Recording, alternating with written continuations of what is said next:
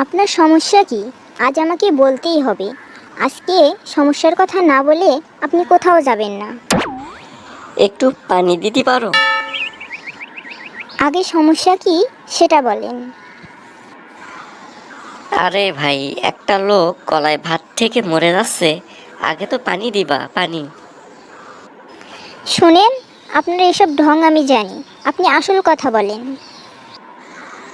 ওরে ভাই, কিরম করে বুঝাবো? গলায় ভাত ঠেকিছে ভাই। আরে মরে যাব তো।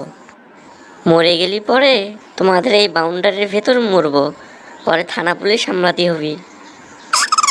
আপনি মরেন, তারপর জেল হাজত খেটে আমি মুক্ত হই। তোমার বাড়িতে দাবটি কিছু নেই, গলায় ভাত ঠেকি মরলি সেটা বড় কমেডি হবি নি। তার চেয়ে একটা দাওয়ানি কোপ দিয়ে মারি ফেলাও। এই, আপনি ফাজলামো করেন? আপনাকে আমি মারবো কেন? ফাইজলামও করবো কিসের জন্যে?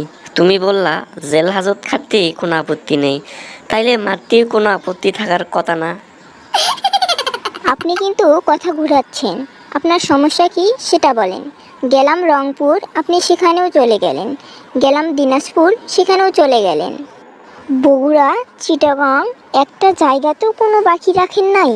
আবার এই জায়গায় আসলাম, এখানে এসেও আপনি ডিস্টার্ব শুরু করলেন। মানে আপনার সমস্যা কি বলেন না সেটা আমাকে। সমস্যা তো আমার না, আমার তো মনে হচ্ছে সমস্যা তোমার। তুমি সে রংপুরের কথা বলো, যশোরের কথা বলো, যে জায়গার কথাই বলো, সে জায়গার যাওয়ার তো আমার অধিকার আছে। আমি তো বাংলাদেশের নাগরিক, সেসব জায়গায় জাতি কি ভিসা লাগবে নাকি? আপনার কি মনে হয় না আপনি আমাকে ডিস্টার্ব করছেন? আমার তো মনে হচ্ছে না। কি করব বল দেখিনি? আপনি বাড়ির বাউন্ডারির ভিতরে ঢুকে এখানে দাঁড়িয়ে ভাত খাচ্ছেন, এটা কি ভাত খাওয়ার জায়গা? ভাত খাওয়ার জায়গা না, কিন্তু মুখ দিয়ে দিচ্ছি, পেটে তো ঠিকই চলে যাচ্ছে, কি করব? শোনো, আমি সকালে আইছি, এর আগেও আইছি অনেকবার তোমার সাথে দেখা করার জন্য। নানান অজুহাতে এড়াই গেছো। হয় তুমি বাথরুমে গোসল করতেছো, তা না হলে অসুস্থ, তা না হলে রান্না করতেছো, দেখা তোমার পাইনি। আজকে আমি রেডি হয়ে আইছি, এই দুপুরে খাবার নিয়ে আইছি, লোক আছে বলে দিয়েছি, যদি এখন না বেরোয় তাহলে রাত্রির খাবারও নিয়ে আসবে। খিদে ছাড়া এখন কি করব?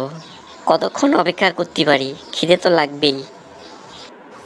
আপনার গলার ভিতরে কি এখনো ভাত আটকে আছে? মানে এই অবস্থায় কি এতক্ষণ কথা বলা যায়? হয়েছে কি, একজন প্রেমিকের পক্ষে সবই সম্ভব। আমি তো প্রেমিক। এখন এক গ্লাস পানি দাও। পানি খেয়ে তোমার সাথে দুইটা কথা বলে আমি এখনই চলে যাবনি।